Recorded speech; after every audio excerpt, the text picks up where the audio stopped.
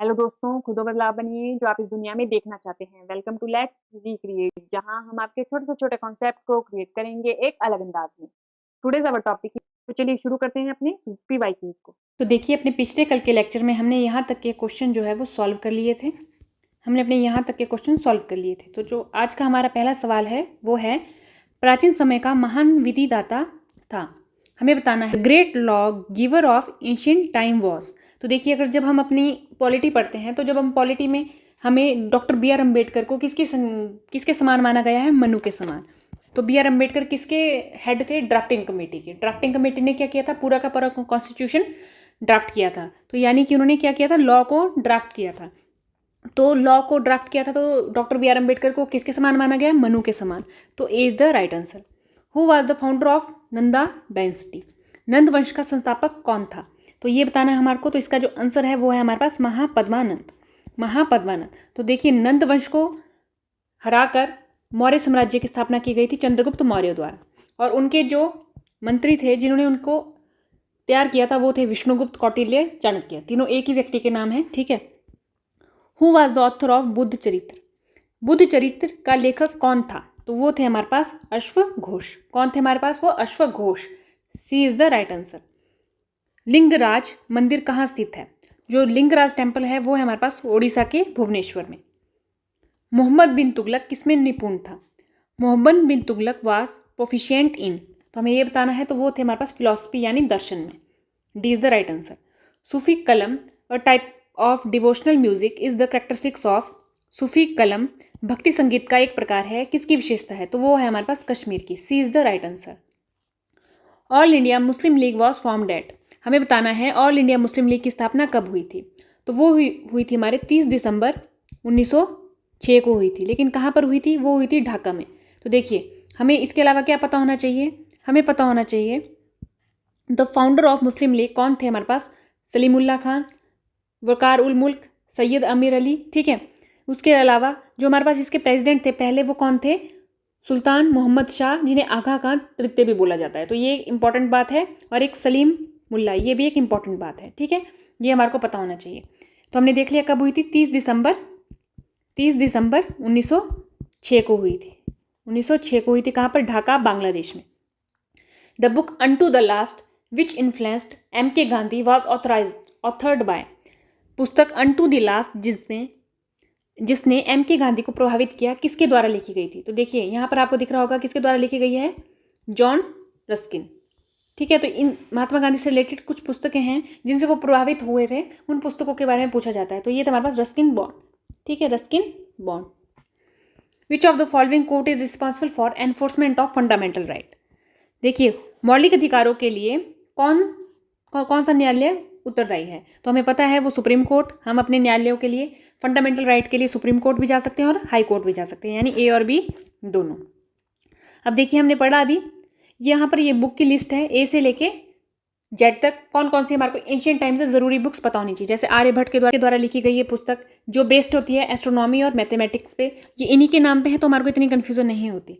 वैसे हमारे पास बाणभट्ट ने लिखी हमारे पास हर्षचरित्र कादम्बरी, तो ये भी इंपॉर्टेंट बुक है जो हमारे को पता होनी चाहिए। उसके अलावा देखिए, चंद्र बरदोई क्या लिख रखी है? पृथ्वीराज चरित्र, ठीक है। चरक के द्वारा लिखी गई है कौन सी? चरक संहिता, इसमें मेडिसिन के ऊपर है बुक।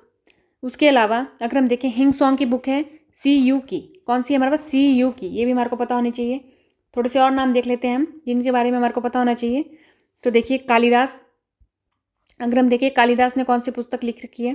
तो देखिए, कालिदास की इंपॉर्टेंट पुस्तक है हमारे पास रघुवंशम, कुमार संभवा, कुछ ऐसी पुस्तक है जो हमारे को पता होनी चाहिए।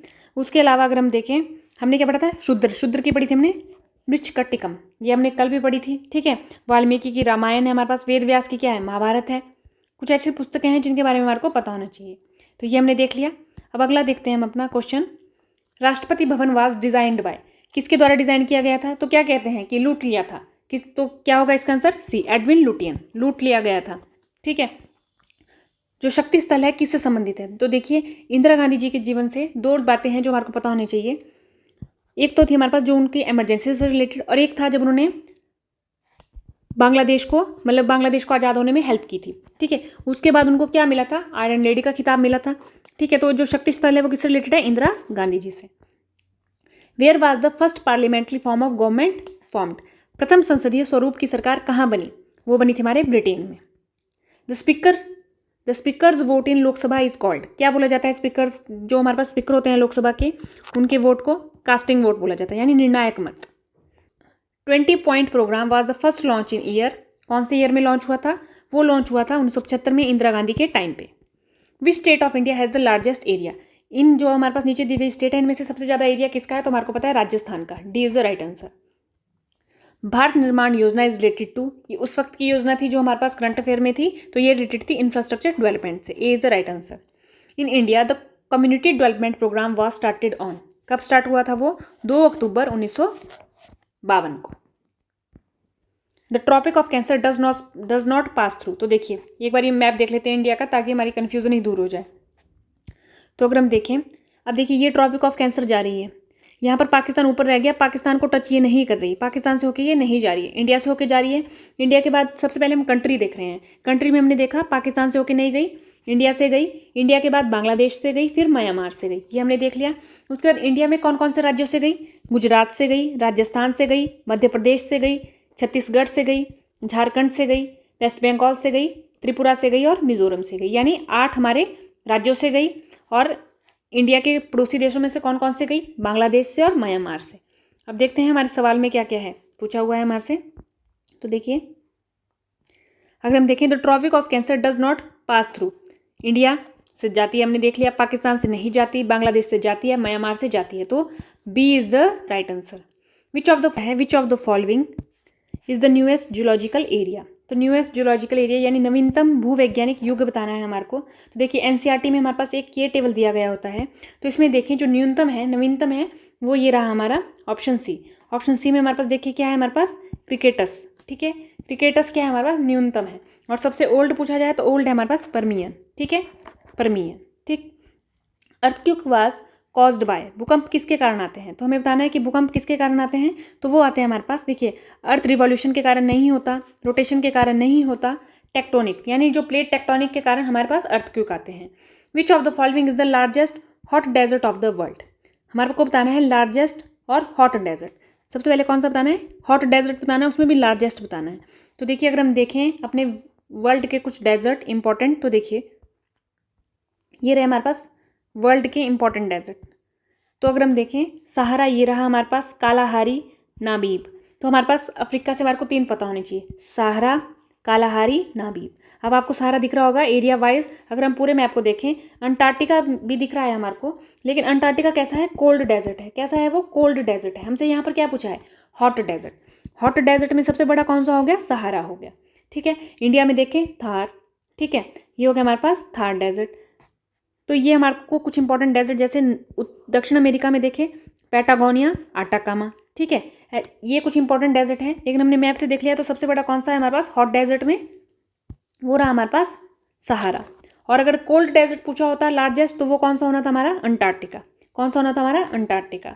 विच of the following is a warm ocean current? तो देखिए ये हमने पहले भी पढ़ा है, ये क्वेश्चन फिर से रिपीट हुआ है। तो वार्म ओशन करंट कौन सा है? तो देखिए गल्फ स्ट्रीम देखें तो वो कैसी है? वार्म है। ठीक है, लेब्राडोर देखें तो वो कैसी है? कोल्ड है। कैनेरी देखें तो वो कैसी है? कोल्ड है। अब ऑप्शन को एक बार देखते हैं हमारे से पूछा क्या गया है।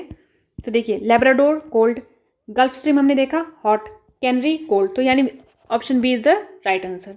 The boundary line between India and China is called. तो अब देखिए बाउंड्री लाइन बतानी है तो एक बार इंडिया का मैप देखते हैं। तो देखिए ये रही हमारे पास इंडिया और पाकिस्तान की बाउंड्री, ये चाइना, ये नेपाल की, ये फिर से चाइना आ जाता है, ये चाइना की है, और ये भूटान के साथ, बांग्लादेश के साथ। तो सबसे ज़्यादा हम किसके साथ साझा करते हैं? बांग्लादेश के साथ साझा करते हैं। ठीक है, स्थलीय सीमा अपनी। तो इंडिया और पाकिस्तान की जो बाउंड्री है उसको क्या बोला जाता है? रेड क्लिफ बोला जाता है। इसको क्या बोला जाता है? Red Cliff. India and Bangladesh की रेड क्लिफ, इंडिया चाइना की मैकमोहन लाइन बोला जाता है, इंडिया अफगानिस्तान की डुरंड लाइन बोला जाता है। ठीक है, उसके बाद एक इंडिया और पाकिस्तान के बीच में लाइन ऑफ कंट्रोल है, और इंडिया और चाइना के बीच में लाइन ऑफ एक्चुअल कंट्रोल है। तो ये भी पूछा जाता है, इंडिया और चाइना के बीच में लाइन ऑफ एक्चुअल कंट्रोल है और इंडिया और पाकिस्तान के बीच में लाइन ऑफ कंट्रोल है। ठीक है, लाइन ऑफ एक्चुअल कंट्रोल किसके बीच में है? इंडिया और चाइना के बीच में। लाइन ऑफ कंट्रोल किसके बीच में है? इंडिया और पाकिस्तान के बीच में। The absolute zero on Celsius scale is, Celsius पैमाने पर परम शून्य होता है। तो देखिए हमारे को ये स्केल पता होना चाहिए साइंस में। तो देखिए अगर हम 0 केल्विन पे -273 डिग्री सेल्सियस आ रहा है, तो देखिए Celsius is equal to Kelvin -273 degree Celsius. तो हमसे क्या पूछ रखा है, हमसे पूछ रखा है absolute zero on Celsius scale, यानी हमारे से सेल्सियस में निकालनी है वैल्यू। तो यहाँ पर जीरो आ जाएगा -273.15 डिग्री, तो यहाँ पर क्या आ जाएगा -273.15 डिग्री। तो ये फॉर्मूला हमारे को पता होना चाहिए, ठीक है। फ्रीजिंग पॉइंट देखें 0 डिग्री सेल्सियस वो किसके इक्विवेलेंट होता है, वो होता है 273 केल्विन। वैसे ही 100 डिग्री सेल्सियस वो किसके इक्विवेलेंट होता है, 373 केल्विन। तो अगर यहाँ पर हमारे पास 100 डिग्री का पूछा होता था तो 100 डिग्री, यहाँ पर 100 डिग्री सेल्सियस, तो हमने यहाँ पर 100 डिग्री सेल्सियस लिख देना था और केल्विन की वैल्यू फिर हमारे पास आ जानी थी। ये इस तरफ को जाना था तो प्लस में होके इतनी ही वैल्यू आनी थी केल्विन में, ठीक है। तो ये इस फॉर्मूले के थ्रू हम वैल्यू निकाल सकते हैं, जो भी वैल्यू पूछी गई हो उसके अकॉर्डिंग। तो इसका आंसर क्या होगा हमारे पास, इसका आंसर होगा हमारे पास option B is the right answer.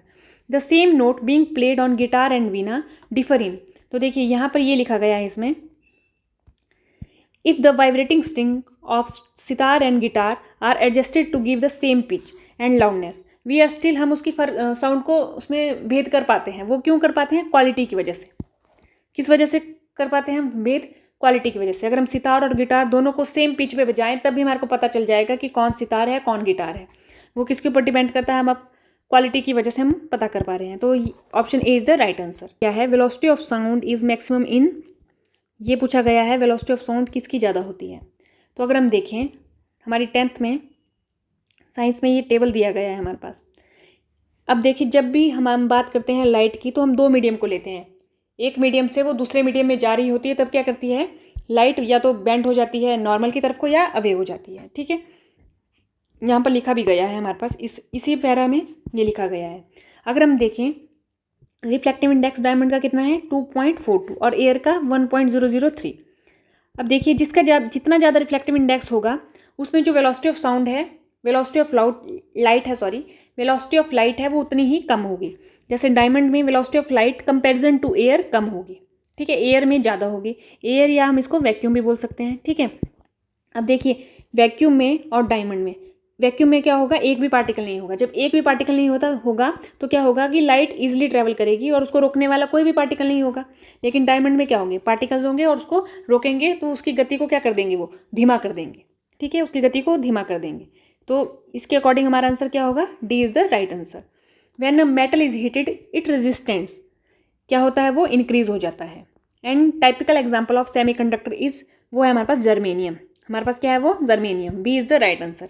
Which of the following is not transducer, क्या होता है हमारे पास, कौन सा ट्रांसड्यूसर नहीं है, तो वो option B is the right answer, amplifier. देखिए ट्रांसड्यूसर क्या होता है हमारे पास, ट्रांसड्यूसर ऐसा एक हमारे पास उपकरण होता है जो एक ऊर्जा के रूप को दूसरे ऊर्जा के रूप में कन्वर्ट करता है। जैसे लाउड स्पीकर है, वो क्या करता है, लाउड स्पीकर है हमारे पास, वो क्या करता है हमारे पास, जो इलेक्ट्रिकल एनर्जी है उसको कन्वर्ट करता है हमारे पास साउंड एनर्जी में, ठीक है। ये कन्वर्ट कर रहा है एक एनर्जी को दूसरी एनर्जी में। वैसे ही माइक्रोफोन क्या करता है, माइक्रोफोन कन्वर्ट करता है हमारे पास जो साउंड एनर्जी है उसको इलेक्ट्रिकल एनर्जी में, यानी ये भी कन्वर्ट कर रहा है। लेकिन जो एम्पलीफायर है वो क्या करता है हमारे पास, वो साउंड को तेज करने के लिए, यानी वो क्या करता है हमारे पास साउंड बढ़ाने के काम आता है, यानी B is the right answer. ये कन्वर्ट नहीं कर रहा है, ये क्या कर रहा है, ये सिर्फ बढ़ाता है। Spiti and Kinnaur are separated by Tibet. अब देखिए अगर हम हिमाचल प्रदेश का मैप देखें तो हम देखते हैं यहाँ पर रहा हमारा कौन, किन्नौर, ये रही हमारी स्पीति, और यहाँ को आ जाता है हमारा तिब्बत। तो यहाँ पर हमारी कौन सी माउंटेन रेंज जाती है, जास्कर माउंटेन रेंजेस जाती है। तो इसका आंसर क्या होगा हमारे पास, option C is the right answer. The river Sutlej enter Bilaspur district, Sutlej नदी बिलासपुर जिले में कहाँ से प्रवेश करती है। तो देखिए हिमाचल प्रदेश की मुख्य हमने नदियाँ पढ़ी थी, तो कौन सी थी, 5 नदियाँ। ये रही यमुना, ये सतलुज, ये व्यास, ये रावी और ये चिनाब। तो हमसे क्या पूछ रखा है कि ये जो बिलासपुर डिस्ट्रिक्ट है यहाँ पर जो सतलुज एंटर कर रही है वो कहाँ से एंटर कर रही है। तो हमें पता है वो कहाँ से एंटर करती है हमारे पास, कसोल। सी इज़ द राइट आंसर। दई कुंड इज़ अ प्लेस नियर, कहाँ पर है वो, डलहौजी, चंबा। 1786 में किश्तवाड़ राज्य के अधिकरण में चंबा सेना का नेतृत्व किसने किया। तो वो क्या था, option A Raj Singh. In which year Kangra fort was captured by Mohammad Tughlaq. अब देखिए जब हम कांगड़ा की हिस्ट्री पढ़ते हैं तो हम ये डेट्स पढ़ते हैं कुछ। 1009 AD में मोहम्मद गजनवी ने कांगड़ा के ऊपर आक्रमण किया था और उस वक्त कांगड़ा के राजा कौन थे? जगदीश चंद्र। 1337 AD में मोहम्मद बिन तुगलक ने, पृथ्वीचंद उस वक्त कांगड़ा के राजा थे। 1365 ईस्वी में फिरोज शाह तुगलक, उस वक्त रूपचंद हमारे कांगड़ा के राजा थे। 1399 में तैमूर लंग के द्वारा आक्रमण हुआ था, मेघचंद हमारे पास कांगड़ा के राजा थे। तो देखिए जगदीश चंद्र, पृथ्वीचंद, रूपचंद, मेघचंद। अब हमसे क्या पूछ रखा है? मोहम्मद तुगलक द्वारा किस वर्ष कांगड़ा किला जीत लिया गया था? तो कब जीता गया था? मोहम्मद तुगलक यानी मोहम्मद बिन तुगलक 1337 AD में। ये हो गया हमारे पास, ये इज द राइट आंसर। प्राचीन काल में रामपुर राज्य की राजधानी थी, तो option C is the right answer, Kamrup.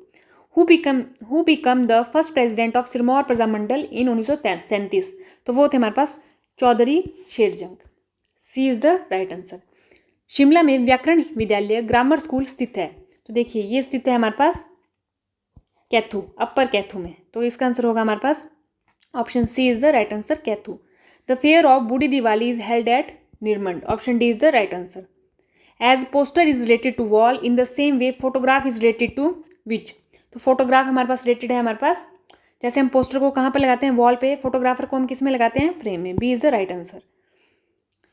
If all the number from 8 to 93 which was divisible by 8 are arranged in a descending order, then which number would be the 7th place from the top? तो देखिए इसी type का question हमने पिछले उसमें भी किया था, उससे पिछले उसमें भी किया था। तो ये हमारे पास तीसरे उसी टाइप में थर्ड क्वेश्चन है, ये उसी टाइप का तीसरा क्वेश्चन है ये। तो इसका आंसर होगा हमारे पास सही, option B is the right answer, 40। ठीक है, जब आप इसको करके देखेंगे 8 से लेकर 93 तक आप ऐसे नंबर को लिखेंगे जो 8 से डिवाइड हो रहे हैं, फिर उनको डिसेंडिंग ऑर्डर में अरेंज करेंगे, फिर टॉप से आप नंबर को काउंट करेंगे तो 40 आए। अब ये उस वक्त का करंट अफेयर था, ये सारे अब करंट अफेयर के थे उस वक्त के। अब आता है हमारे पास English. Banks alternated dash crises, तो ये होगा हमारे पास B with. I suggested that Prakash should walk on and try to get help, तो C is the right answer. इसका हमारे को विलोम बताना है हमारे पास, मैग्नेनिमस, इसका हमारे को विलोम शब्द बताना है, तो इसका मतलब होता है उदार। ठीक है, और इसका जो हमारे पास होगा वो होगा कोविटस, कोविटस इज द राइट आंसर। तो इसका जैसे उदार है, इसका क्या होता है? लालची। जिसके समान दूसरा ना हो के लिए शब्द है अद्वितीय। प्रतिदिन में कौन सा समास है? तो देखिए फिर से आया अव्ययविभाव। शुद्ध शब्द है अनाधिकार, B is the right answer. आज के लेक्चर में इतना ही। थैंक यू, धन्यवाद एंड देखते रहिए लेट्स रिक्रिएट।